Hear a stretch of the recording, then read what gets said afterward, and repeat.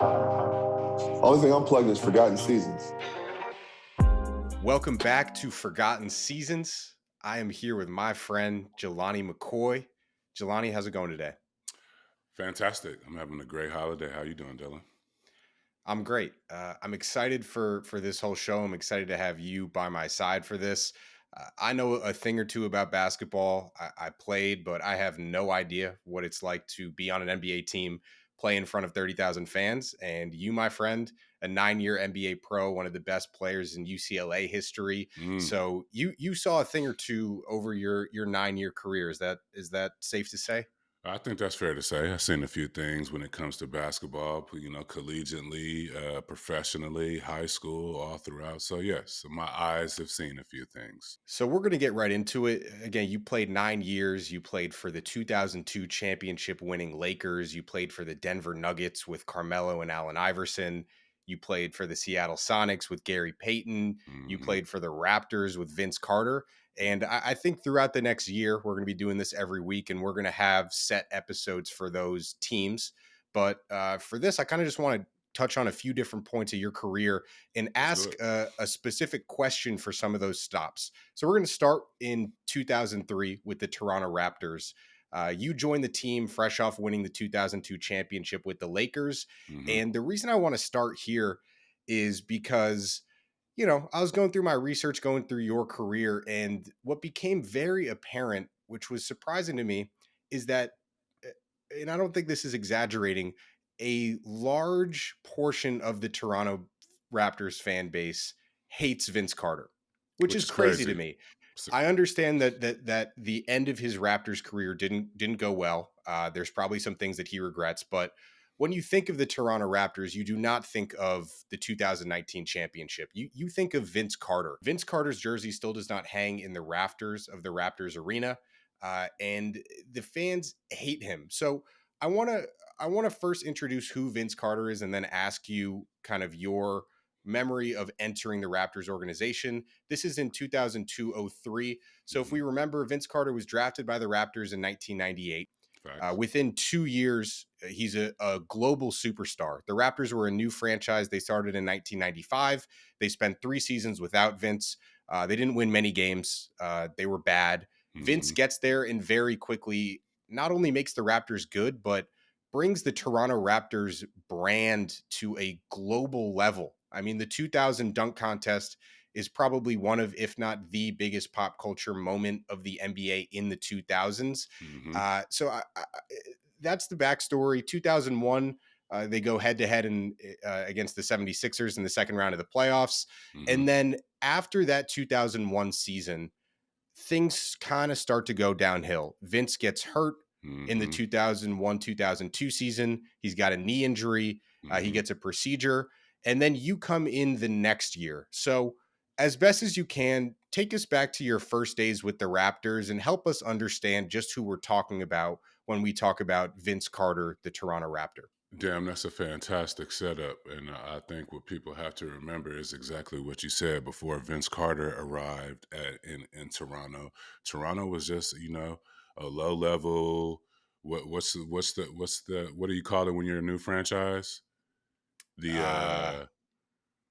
I mean, the new kid on the block. The expansion team. So they were just a low level expansion team. Dope jerseys. Remember, they were taking heat over the jerseys, the dinosaur. What the hell is a Raptor?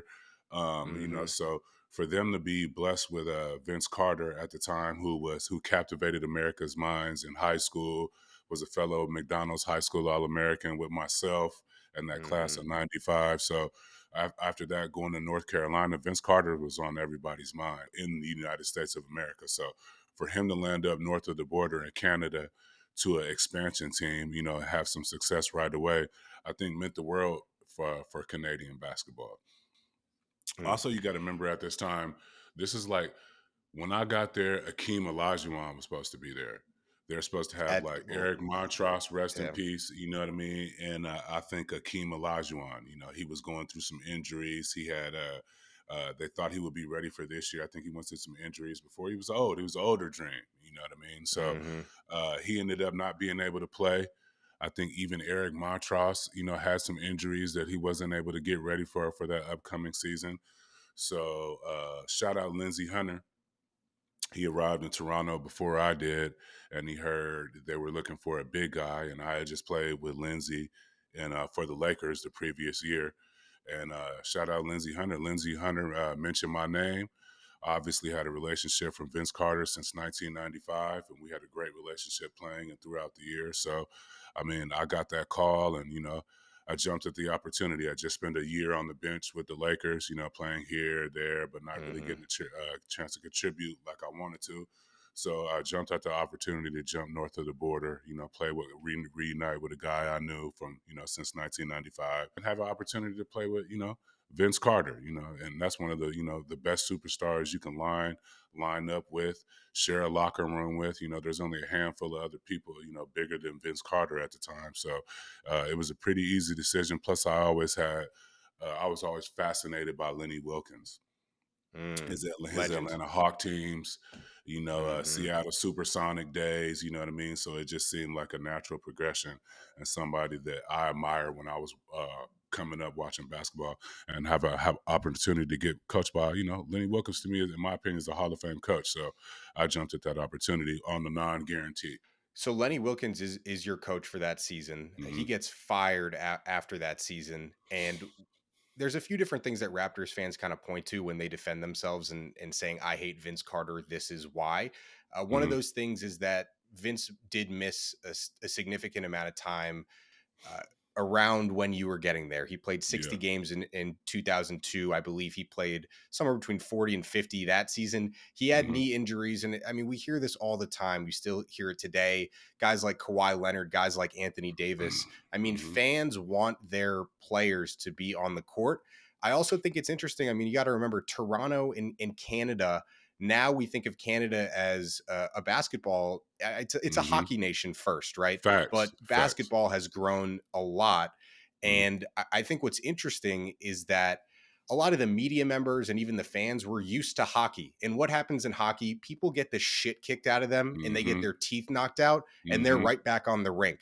That's not how basketball works. So I think that definitely played a part of it. But like any fan base, even today, when your star player is going out for 15 or 20 games and it's not a series, an ACL or something crazy, they're going to start asking questions. And the reason that I bring this up, we had a conversation yesterday, and it's important to understand again what we're talking about with a expansion, new franchise. You're coming from the Los Angeles Lakers, one of, if not the most historic NBA teams. Even the Seattle Supersonics. Top-notch. Historic legacy, very well-run organizations. A lot of fans don't realize there is a huge disparity between how the top teams are run and the bottom teams. And that has gone throughout the course of NBA history. So I bring up the injuries and I bring up you playing for the Lakers and seeing that in the Sonics, then going to Toronto. What does the organizational setup, maybe even specifically the medical staff, have to do with players going in and out of the court?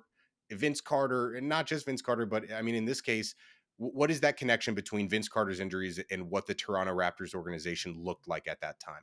Well, what you have to think about, if you remember, or from what I remember, is that season rather, we were decimated by injuries. We shattered the games lost to injury throughout for a whole team. Like I think we were like blown past it almost like halfway through the season. I mean, dudes was dropping in the layup line, practice. You know what I mean? Ankles here, soft tissue here. That was at the time I was like top 3 in the league in rebounding. I threw out my back, which I never really recovered from. And everybody that year came back from injury faster. Like nobody took an extra time off. Everybody wanted to play. I think Morris Peterson is the guy who only played the 82 games that season. He was a freak. But it's important for the medical staff, the training staff, to keep those bodies on the floor. And if you're a Vince Carter, and considering his game, his style of play, leaving the earth, you know what I mean, playing in the physical game in the 90s where you can get touched up a little bit on the way to the rim. So when you're Vince Carter and you're seeing that you're continuing to lose, 15 here, 20 here, 25. They're telling you you're okay, but you keep coming back and getting nagging ass injuries. Typically on the same thing, right? They rush you back. Your knee's okay. You go see doctors, specialists, team doctors. Now, after you see the team doctor, the training staff is supposed to have a hold of you. They're in constant conversations with the doctor. There's a team doctor that looks at you first, and he's kind of the head honcho, and then he Might be the guy to evaluates go in you. there. He passes you. He says, okay, this is what you have. The training staff will take care of you. Is that Yeah, okay? that's exactly. He might be the guy that actually goes in, cleans the knee up, wow, yada yada yada. He's in touch with the head of the training staff. He'll tell you, hey, his knee, the swelling won't go down. Okay, well, take him off this and put him on that, and put him in this and ice this 4 or 5 times a day. So, you have to be locked in with that person in a training staff in a vulnerable moment when you're hurt and you're the fucking man like Vince Carter. That training staff, that head trainer, and your best friend.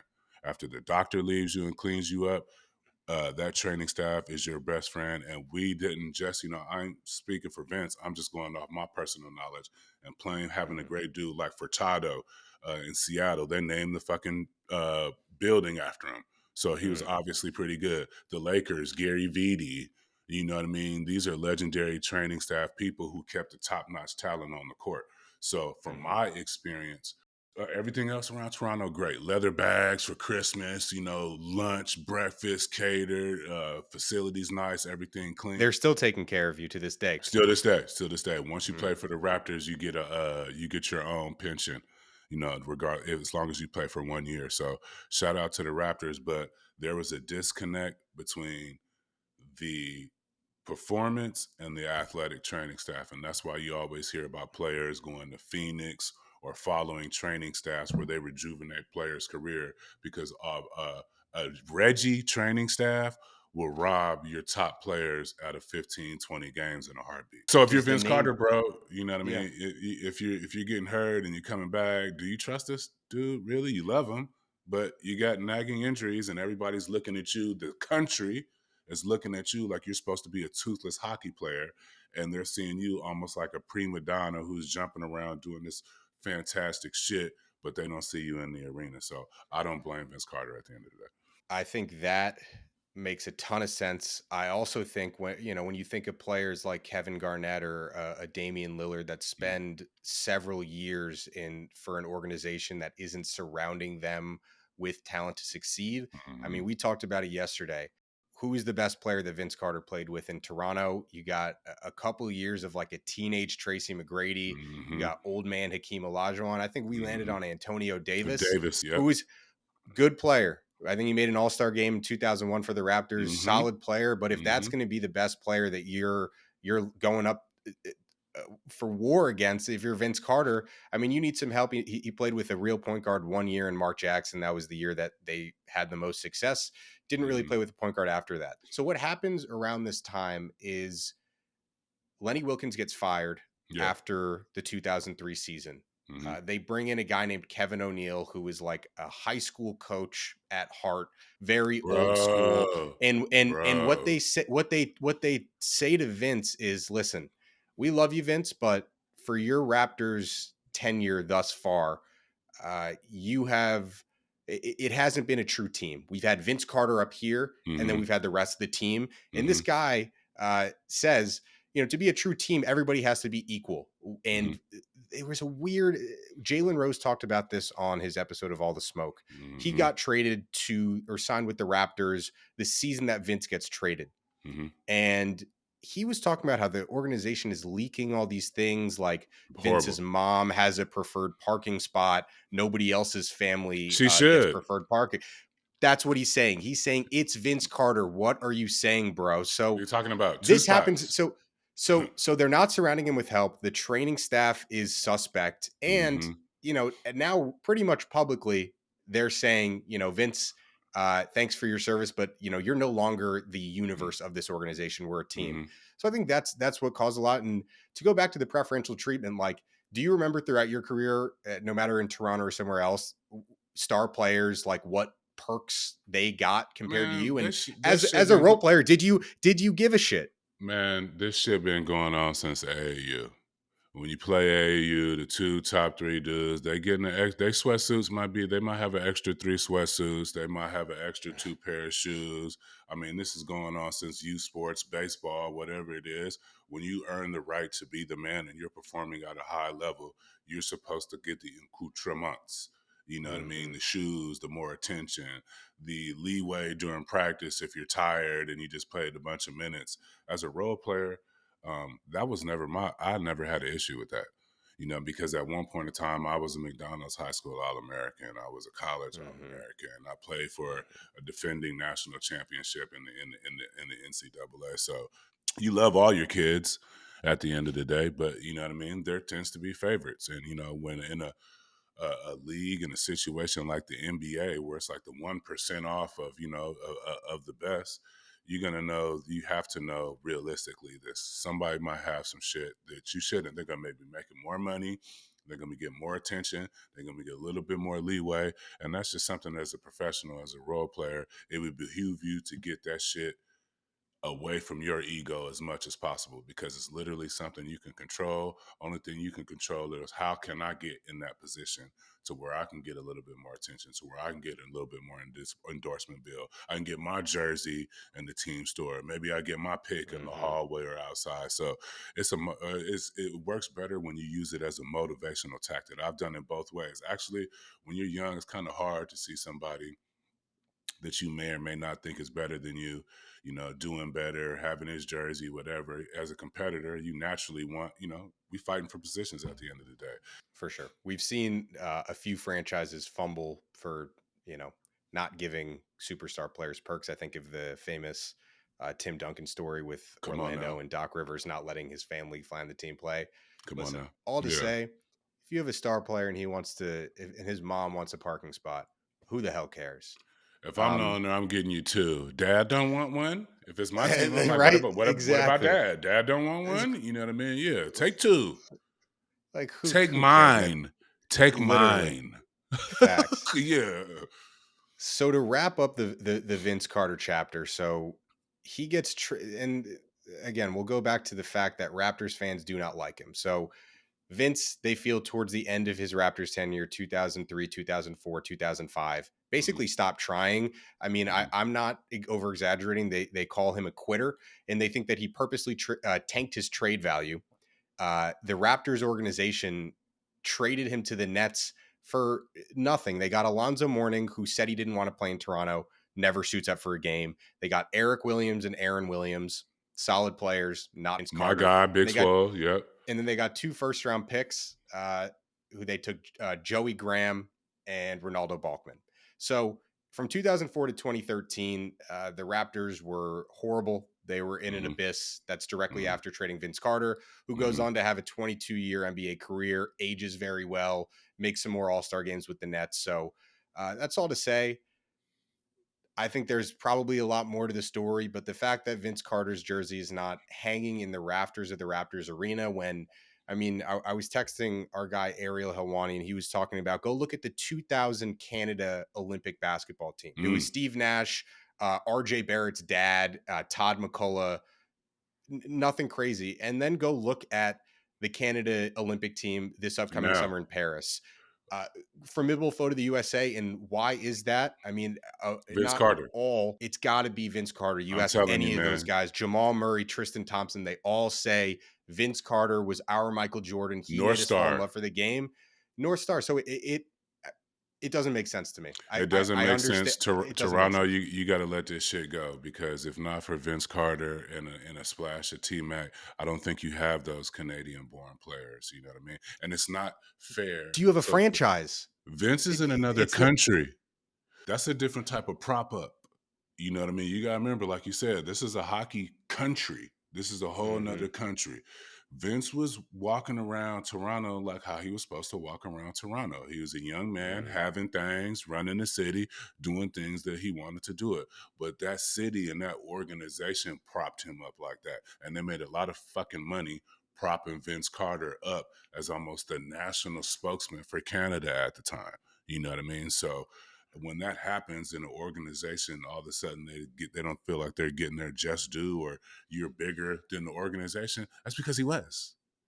His performance, the fans, the stands, they anointed him, you know what I mean, bigger than the team. Air Canada. They nicknamed after him.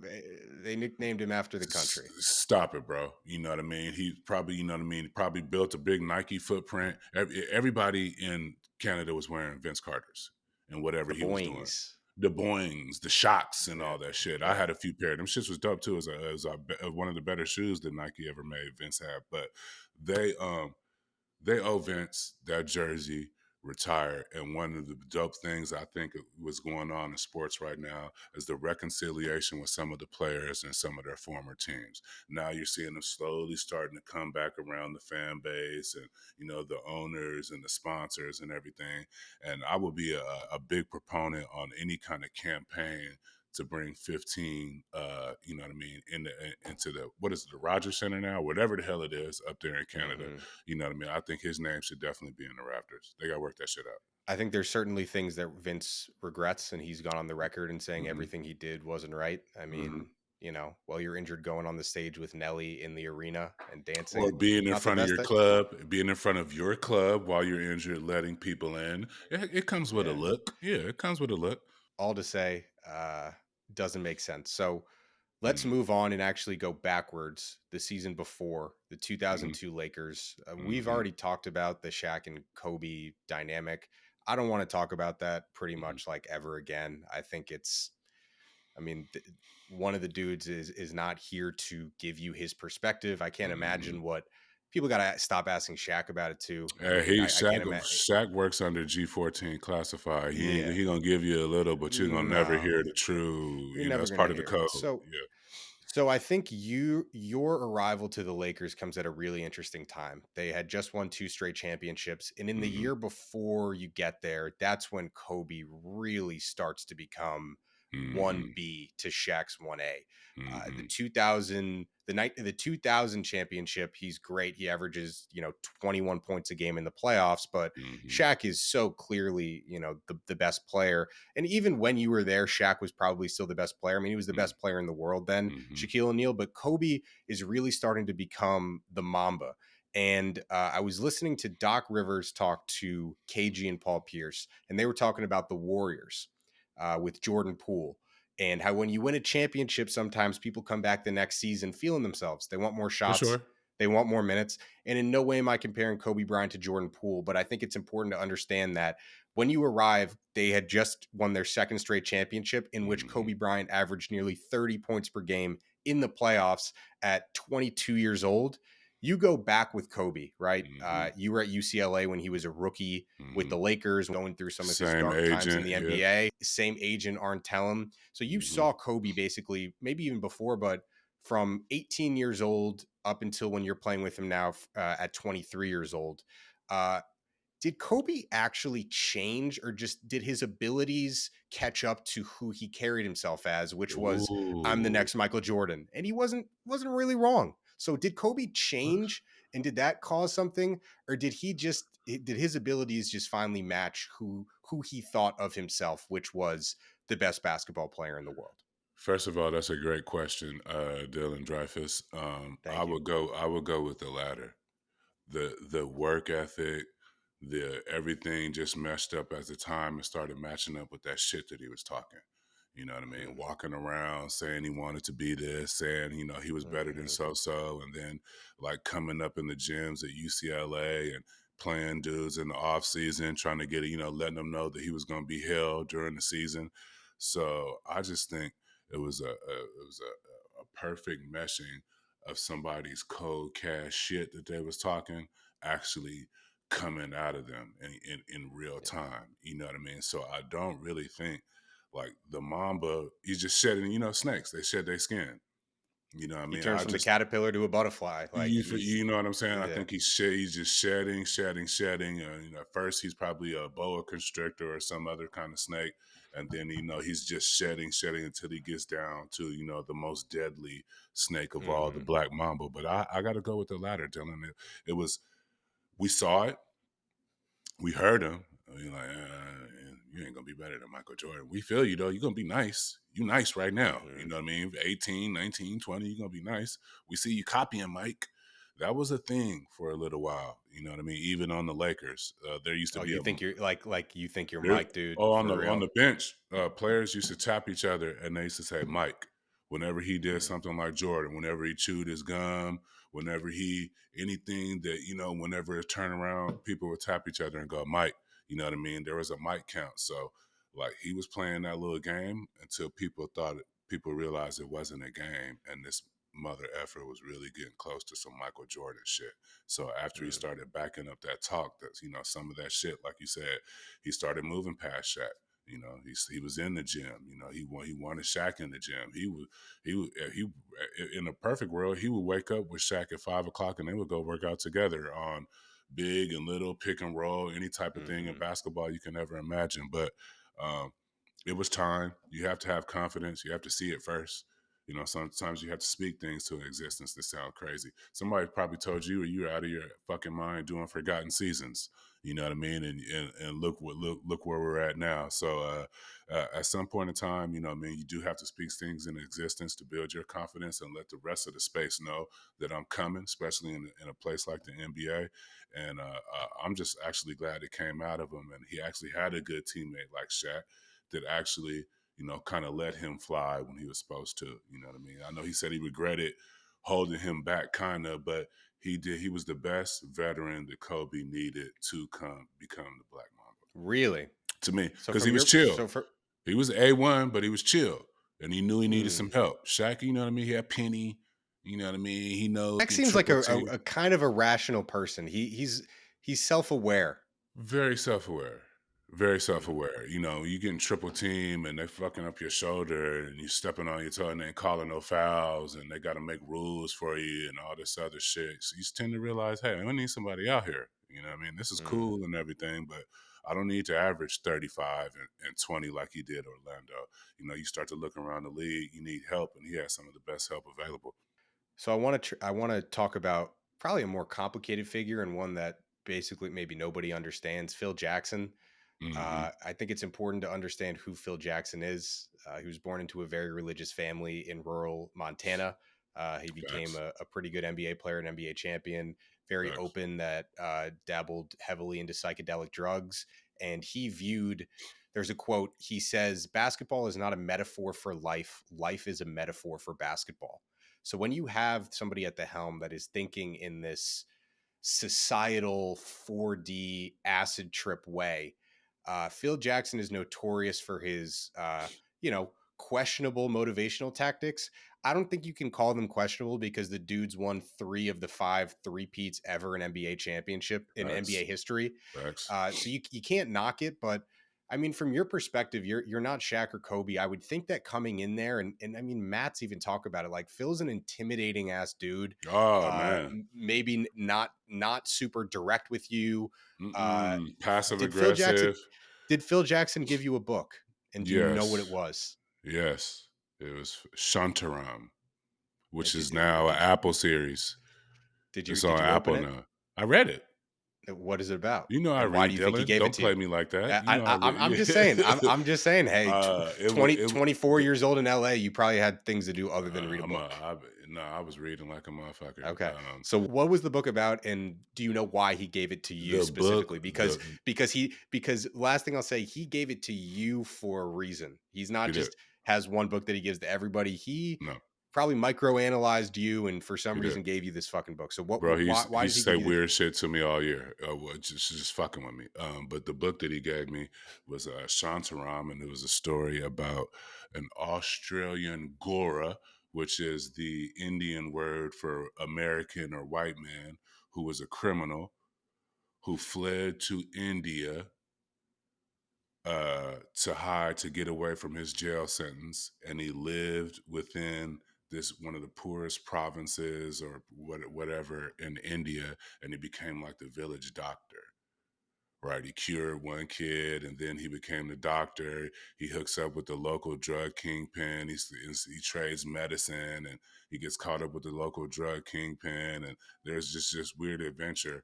And at first, I was like, "Well, what the fuck is this?"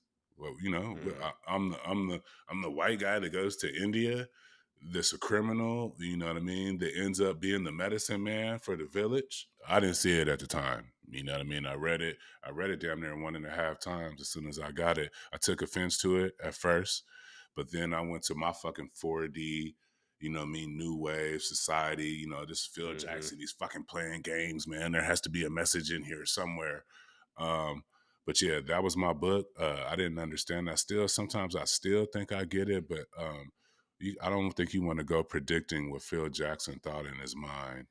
You know what I mean, about what he was doing with some of those books and some of the motivation, because some of that shit is just to get your goat, just to see what you're about, just to see what he can and can't get away with. So PJ will poke at your ass all year. It ain't just Shaq and Kobe, even if you ain't playing. Like, I would be walking in the hallway in a suit on road trips. And he would just catch me. He's got the walk and shit, and he's got an aura about him. He's a little intimidating. It's fucking Phil Jackson, right? Played with Mike, coach with Mike, brought him to the top of the room. So he used to just come and randomly be like, Jelani, do you think you could have helped us tonight? And I'd be like, Philip, do you think I could have helped tonight? And he used to be like, yeah. And then he would just walk away. But then I would be the next 2 weeks, I wouldn't come off IR. You know what I mean? I got into Shaq thought he was doing me a favor, but it ended up not being a favor, because he went to Phil Jackson and asked to start Stamaki. Shout out Samaki Walker. He was a starter at the time. Mark Madsen was the incumbent. Kurt Rambis, they paid Samaki to come over and be the starting four. Robert Ory. It's hard to crack the lineup on a fucking team that's winning back-to-back championships. But Shaq kind of went to PJ and asked, could he play with me? Because of the dynamic where they were at with their relationship. He wouldn't get in shape. He was overweight. He kind of used that shit against Shaq, and then I was the fucking beneficiary of sitting down, because he obviously didn't want to give Shaq, what the fuck he wanted at the time. So yeah. So did you ever see, you hear these stories where you walk into practice and there's no basketballs, there's like a Tai Chi master out there. I listened to one story, which I have no idea if it's true or not. It came from the actor Guy Torry. He said that my guy, who's hilarious, by the way. Shout out Guy Torry. Yeah. So a big Phil Jackson thing, I guess. He's a big movie guy, and he would interstitch movie clips with, like, if you're on the Lakers, like the Kings. So there's a Guy Torry claims that Phil Jackson mashed up Jason Williams with Ed Norton from American History X, when Jason Williams had the shaved head and the tattoos. It was a good call. Looked like a descendant of a neo-Nazi, but he leaned into the Sacramento kind of trashy country, racist. He said that they said that he even compared Rick Alderman to Hitler, which is crazy. But these are the things that Phil Jackson may or may not have done. You read that when he was back with the Bulls, he mashed up the Wizard of Oz with the Bad Boys Pistons and explained to BJ Armstrong, you can't be afraid of the big bad boy Pistons. So Phil Jackson, right? He's in his mind. I don't think any of us know or could even fathom what Phil Jackson's mind is like. But did you experience, in the team when you were there, just like shit that you've never experienced before, and that in the moment people were looking around being like, what is he doing? Every day. But the cold part about it is nobody would blink. They wouldn't even be looking around like, what is he on? Like, I think I told you this story before, but one time I was coming in the Staples Center early, on some Kobe shit. It was coming in, I wasn't playing. I just wanted to shoot in the fucking Staples Center, you know what I mean? By myself a little early, lifted some weights, and PJ was in there saging. Doing this sage thing, right? He was saging the locker room, going through, you know what I mean? I just so happened to be in there, and fucking Mitch Kupchak walks in after Phil sages, and I'm sitting in there dicking around, just getting my shit together, my socks and whatever, and Mitch Kupchak walks in. Now, mind you, after the UCLA shit, I'm in the J.R. Ryder, Not the right category to be in. Yeah, I'm in the smokers Yeah. club. You know what I mean? The dudes who smoke cigarettes on the baseball field in high school. You feel what I'm saying? Yeah. But Yep. never failed a drug test. You know what I mean? None of that shit Okay. just happened. Everybody just automatically assumed that I was high, and I did not smoke that year for the Lakers because of that same reason. Trying to break some of the Mhm. stigma coming from Seattle. You know what I mean? They know we got down in Seattle and Portland, up in the corner of the Mhm. Northwest. So anyway, he's saging. Mitch Kupchak comes in like sniffing, looking around and shit, and then he kind of looks at me, and then he and I'm like, is this motherfucker thinking like I came in here like that's McCoy. yeah? I'm like, bro, that's Sage. This motherfucker's been doing this for the last 2 or 3 years here. I hope you're not coming here thinking like I'm off a cush bag. You know what I No, mean? it's your head So coach, bro. yes, your head coach. And while he looked a little funny while he was saging, he was real Mm, tranquil while he was going through his practice. You did, you know what I mean? So I ain't saying, you know what I mean, but he's been known to dabble a little bit in substances, you know what I mean? So he looked real tranquil as he says this room. But yeah, he would come and fuck with you. If I dribbled during practice, he would tell me I didn't have my driver's license, and the only bigs that could dribble were Shaq, Robert Ory, and like somebody else. Like, you know what I mean? If I did anything, bro, he would just be. If I was killing in practice, he would actually sometimes stop me and then make me go get on the elliptical. mm. So Is it? whenever I started catching up to the Mark Madsons and the Samaki Walkers, Jim Clemens later told me that he was grooming me. Hey, that's how he would talk to me. Hey, keep your head on tight, stay in shape. You know what I mean? I know it's crazy. Yes, you probably should be playing. You started last year for the Sonics, busted our ass. I think we handed like the Lakers some of their worst defeats in the Mhm. previous 2 years. And he was like, he's grooming you. I didn't really like Mm. the way that shit sounded. You know what I mean? That's And I weird. didn't. It's super weird. So you know what I mean? That's It'd weird. be little shit like that, but it was accepted. You know what I mean? The meditating, the meetings, when he bangs the drum, goom, goom, goom, goom, goom, goom. Like you all have to file in and come into the meeting room. He did like little weird shit. It's like Native American tribal chief, and that's what he was It's into. I think exactly they what it said is, that. but you need to That's what explain that that. But the Dylan, you facts. need to explain that to the brother man. Yeah. Sometimes you're not giving us Native American, PJ. You know what I mean? You're giving us, white guy. You know what I mean? So for you to be talking tribal and existentialism and all this shit, yeah, we're gonna listen to you because of your success. But at the end of the day, some people just want to fucking hoop. And as he started to get Hmm. in his ways and become Phil Jackson, and just keep stacking, he ain't gonna fucking change. I It, wouldn't w- either. it, w- yeah, and what I think is important to note is like you're not questioning Phil Jackson as the coach, but No, you can call him a great and one of the best coaches ever, and also say that some things that he did were he's a weird. flawed human.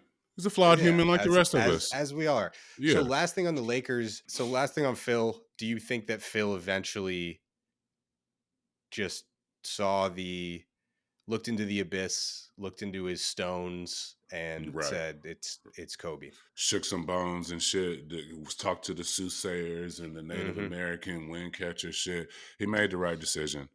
Uh, of course, he knew he was going to drive a wedge in between him and Shaq, but and knowing Mitch Kupchak and how they felt about players over the age of 30, and the relationship, they had a great run, and just understanding GMs and the way the business of basketball works.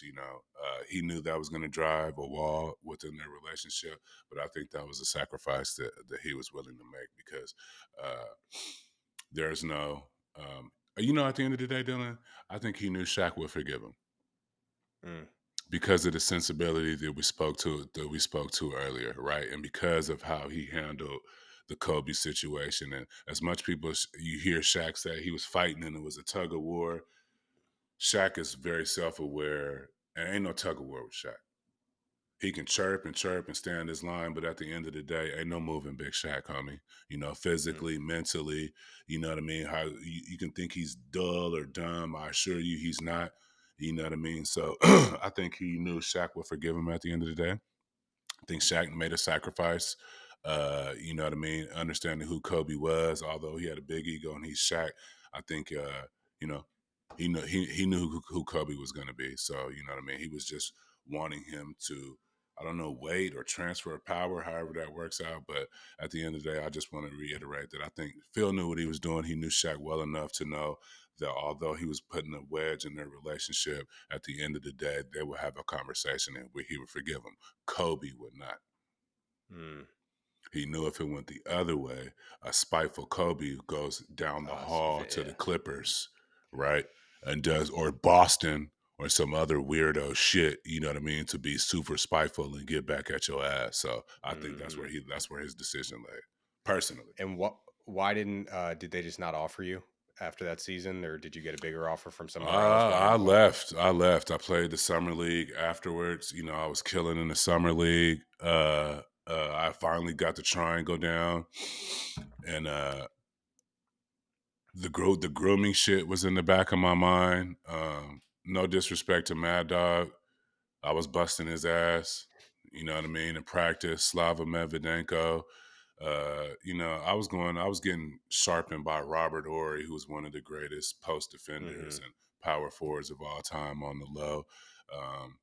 And I just passed tests. I started before, you know what I mean, at the Sonics over Vin Baker, you know what I mean. So I just felt like I didn't want to be groomed, and I won a championship. I obviously wanted to compete for one, but that summer league, I just didn't vibe with the coaching staff. I went a little rogue. I had a sour taste in my mouth from the end of the year when I played for the Lakers, and I wasn't playing. So ultimately, I decided that I was going to go on X-ray, but when I had my exit meeting with Phil Jackson, right, thinking I already got the grooming thing in my head, he said he said that he wanted me to go somewhere else so that I could play. Mm. It wasn't a talent thing or didn't fit. He was like, I you know, because of the 3 straight championships, and now you got, you know, Samaki's, you know, the incumbent starter now. You still got to go through Robert Horry. Medvedenko's had a good year. You know what I mean? His words to me were like, I want you to go somewhere, you know what I mean, where you can play and get back to, you know, your regularly scheduled programming. Well, you definitely could have played for the Lakers after Shaq left, because Facts. those rosters were brutal. So Facts. I wanted to get to some other teams, but I think we're going to save the Nuggets and we're going to save the Sonics. I think we're going to get some of your teammates on. I'm going to put into the universe of Vernon Maxwell for that Sonics tenure, and I think our guy J.R. Smith for that Nuggets tenure would be great. Lastly, I do want to talk about your early days. You mentioned it in passing on top, but I think people have to understand who you are.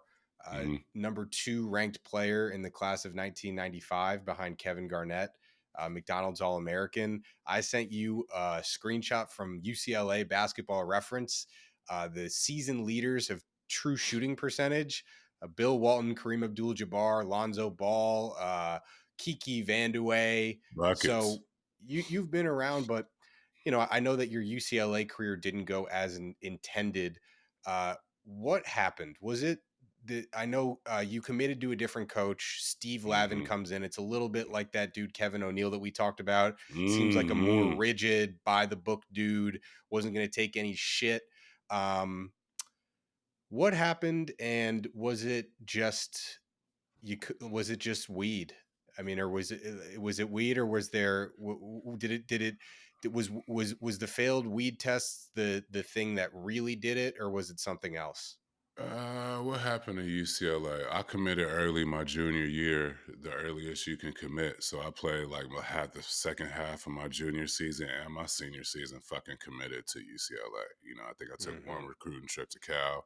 I originally, Lorenzo Romar was my original, you know, he was the guy that was close to me. He ended up leaving in the middle of, I think, my freshman year and going to Pepperdine, taking the head coaching job. So I lost him. He was my rock. And then I developed a extremely close relationship with Coach Eric. You know, at the end of the day, and he was a basketball savant.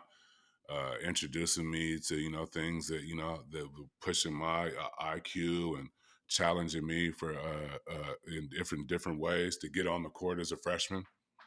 Mm-hmm. And then obviously, I went from an all boys high school down here in San Diego. Shout out St. Augustine. There was like 700 students to UCLA. So, you know what I mean? I already came in, just to keep it a buck, I was getting it in high school. It wasn't affecting my performance. I went to an all boys private school. There was everything under the sun on our campus, so I typically the all boys shit school kids do the weird shit. My vice was tree. I had bad OCD. I was always a little hyper. Once I got a hold of the tree, I was like, oh, cool. Shit, I'm locked in. You know what I mean? So went through so much stuff in childhood with parenting, overbearing mother, all that other shit. So eventually it became about the cannabis, but the cannabis shit was fucked up. They tested me in the summertime. I'm Playboy preseason All-American. They ain't doing that shit at Duke in Kentucky. And that was Lavin? In North Carolina. And that was Lavin. That was Pete Dallas, the AD who hated Coach Herrick and wanted him fired, who eventually ended up getting Coach Herrick fired because of a Coach Herrick's the assistant. He was the assistant coach? Coach Herrick is the head coach. Yeah. Lavin is the assistant, like the third. Oh, Lavin is the rah-rah. Lavin is the rah-rah homie. This is the assistant Lav is. So I'm going from a basketball savant that knows every single thing about basketball, Dylan, you can ever imagine. Only other person I seen was Phil Jackson like this, and Lenny Wilkins. Calm, got to play for everything, but going to tell you what's about to happen in the timeout. Never raised his voice, just information.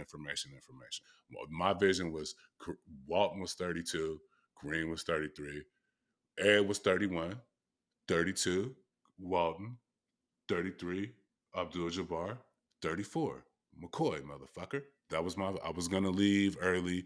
He was trying to figure out if I was going to leave early at UCLA. There's in the showers. You can only shower on the right side if you're a first team All-American. Ooh, so nobody showers on the right side? No, you gotta be a first team All-American. Ed could, so that was how I'm like, I'm showering on that fucking side, man. And everybody took it. You would get your ass beat thinking that you're funny, even turning on the thing like you're gonna play around. They don't play. They don't play. We had Bob Myers, who at the time was swole, Ike Nwankwo. These dudes benching 325 pounds, just won a national championship. Like, they took that shit seriously. It's tradition. So ended up getting tested in the summertime. Long story short, Dylan, sorry, I went off on a tangent. Ended up getting tested in the summertime because they said I was on campus because I was taking summer school because I wanted to graduate early and get my degree. You know what I mean? So I'm being punished. I wasn't in academic shambles. I'm trying to get ahead of my shit. So they ended up testing me. I come up positive. They suspend me. Do my penance, whatever. Take another test. So let's say your THC levels are 25. Yep. Right. The next time they test me, it's got to be lower. It's got to be lower than that. They're 17. Mine's 17. So they're like, that counts as a positive test. You're still smoking weed. So I thought I was at the University of California, Los Angeles, one of the preeminent schools in the country. I'm trying to figure out what weed you smoke that makes your THC count go down. So how long in between the tests was it? Bro, in between the tests, it was like, bro, I was getting tested like whatever schedule, every 2 weeks, every week. That's crazy. I mean, every week. And then actually my wife's father, who was actually a doctor at SC, found out what was going on through my wife in this situation and actually penned a letter on how THC, depending on what he's eating, if he's high in fat, if he's, you know what I mean, it's going to stay out a little longer, like did a whole thing. And he's at SC doing this whole finding about like, that's not his field, THC. At the time it's like looked at like you're a criminal. Which is another story. Black kid smokes weed, throws away his life as the new messiah at UCLA. That was 1995 is also It's a different universe than Facts. Different universe. Facts. So that happens. I ended up getting one of the best lawyers in Los Angeles, Brian Lysat, and he builds his case. And we going. I'm sitting in these weird oak rooms, watching people go to school, having these crazy meetings about my career. The chancellor and everybody's talking to me like I fucking sold drugs to students, like whole bricks. And I had a case against UCLA, Dylan. I had 7 years to sue the school for a lot of fucking money based on my draft. What happened to my draft status? Lavin did some dickhead shit that he shouldn't have done that, he's later regretted and we've talked about and, agreed to move on. He was young, trying to get on, wooty. He shit on me, fucked up my draft status.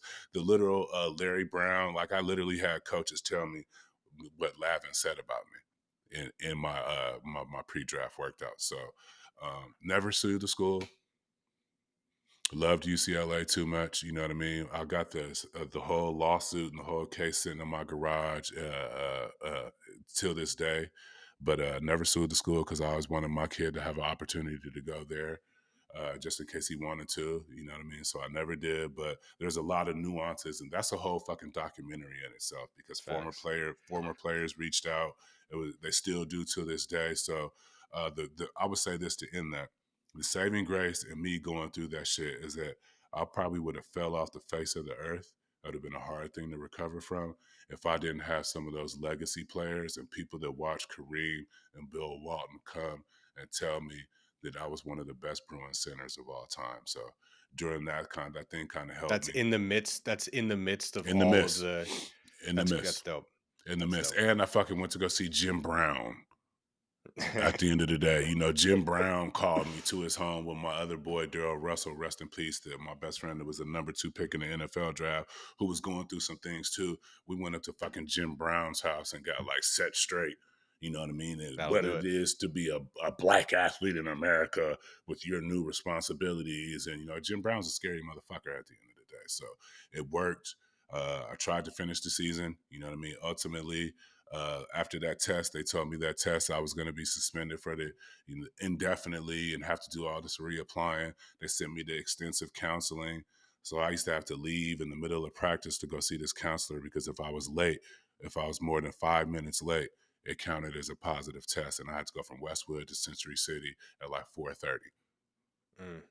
Which is damn near impossible. So, you know what I mean? It was a whole shit. I kind of was like, I can't do this. You know what I mean? So around Valentine's Day, I left the team. It was a big ass deal. Teammates hated me, you know what I mean, for years. Or, you know what I mean? Even still to this day, I feel like some of my teammates have held it against me. I've talked to a few. Thank God, the ones that I'm close to and love, they said, as a young man, they didn't understand. But now, you know what I mean, as older and we see what happened with cannabis, they get it completely. So that was the saving grace. And we had some real Bruins and real ones reach out for your boy and put their arms around him. No freaky. Appreciate you sharing. That's dope. Yeah. Last question. 1995 McDonald's All-American game.